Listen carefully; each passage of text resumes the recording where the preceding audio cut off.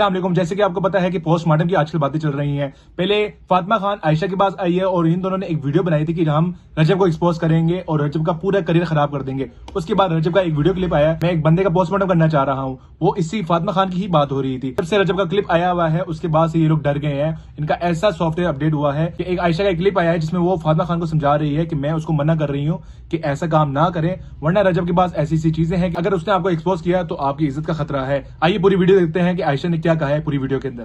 Postmortem की बातें हो रही हैं, ठीक है। देखो वो मेरे घर पे जो आई थी वो मेरी दोस्त है, मुझे किसी से कोई लेना देना नहीं, कोई अच्छा कोई दूध का धुला नहीं है। लेकिन अभी जो है वो मैंने बिल्कुल ये बात की कि रजब जो है वो आके उसके बारे में कह रहा है कि मेरे पास इतनी चीजें हैं, मेरे पास क्या क्या है, तो उसके पास भी बहुत कुछ है, ठीक है। दोनों अगर अपने आप को जलील करना, बिल्कुल उसके बाद बहुत कुछ है। एक टाइम गुजरा है, आपको पता होना चाहिए कि आयशा और रजब का जो कजन है इनका आपस में रिलेशन था अरसा 2 साल से, और उनके बाद इनमें काफी इख्तिलाफात आए। उसके बाद इन पे केस चला, उस केस के बाद वो लोग रिहा हो गए और केस खत्म हो गया और आयशा ने उन पे केस किया था।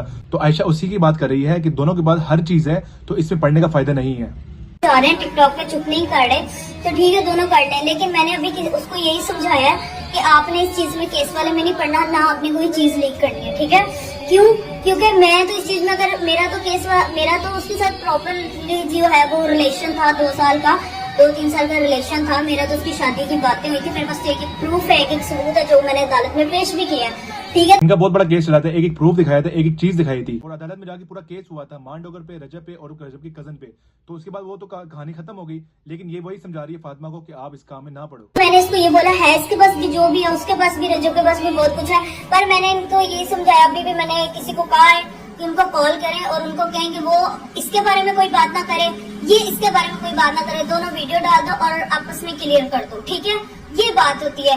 अब अगर इसके अलावा भी जो मैं कर सकती थी वो मैंने किया, अगर इसके अलावा भी कुछ करना है तो वो फातिमा जाने, रजब जाने, जो अगर नहीं वो सुनेंगे आपस में, नहीं उन्होंने सॉल्व करना तो उन्होंने फिर अगर जलील करना है, टिकटॉक की जंग रखनी है तो वो फिर कर लें, फिर कुछ नहीं कर सकते हैं, ठीक है। जो मैं कर सकती थी मैंने किया, क्योंकि सलमान वाले केस में वो नहीं आ रहे थे तो मैं भी जो है वो उसकी चीज में नहीं जाऊंगी। फिर फातिमा जाने और रजब जाने, मुझे तो इससे कोई नहीं, लेकिन मेरी दोस्त फातिमा जो है उसने ये बात कर दी है कि अगर वो मेरे बारे में वीडियो नहीं डाले, मेरे बारे में कुछ गलत नहीं बोले, तो मैं उसके बारे में कोई नहीं वीडियो डालूंगी। ये उसने खुद भी बात की है, ठीक है। अब इसके अलावा वो अगर बार बार करता है तो फिर वो जाने, ठीक है। बात है आपके सामने है कि वो कह रही है कि अगर रजब को स्टेप लेता है तो मैं स्टेप लूंगी। जाहिर बात है कि दोनों के पास बहुत कुछ होगा इस तरह की चीजें कि वो एक दूसरे को एक्सपोज कर सकते हैं। मेरा इनसाइट इसमें यही है, दोनों को एक दूसरे की इज्जत देखनी चाहिए, इस तरह के काम नहीं करना चाहिए, ना ही कोई फजूल की जंग लड़नी चाहिए टिकटॉक पे या यूट्यूब पे, और अपने आप को दिखाना चाहिए कि मैं बहुत बड़ा हूं और मैं एक दूसरे का सॉफ्टवेयर अपडेट कर सकता हूं।